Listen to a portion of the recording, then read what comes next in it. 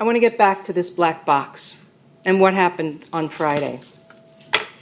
Woman came in to do estate planning with her husband. They are in their 70s. All right? Healthy, fairly. Not particularly well-to-do, but most of their money's in an IRA.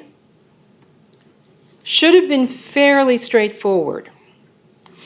In the process of going through her profile, because I do trust and estates work as well, estate planning, I always ask about family members and special needs.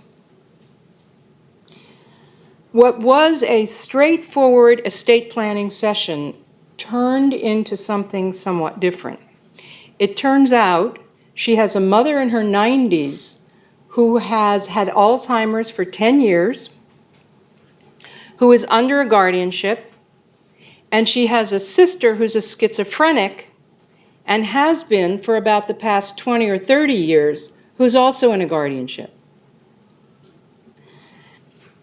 She started crying, which doesn't happen too infrequently. These are very personal matters when you're talking to people about life and death and who in your family is opioid addicted or has another disability. She knew nothing about who was the guardian for mom.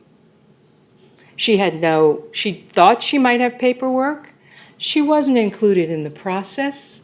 She had no way of helping them and no way to control their money. And this is a daughter. How can that happen? She visits mom 3 times a week.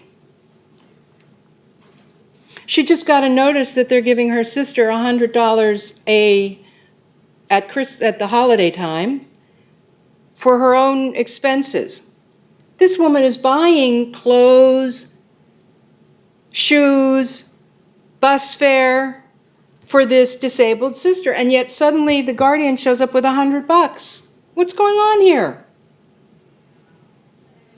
Guardianship is somewhat of a black box. It doesn't need to be, but it is.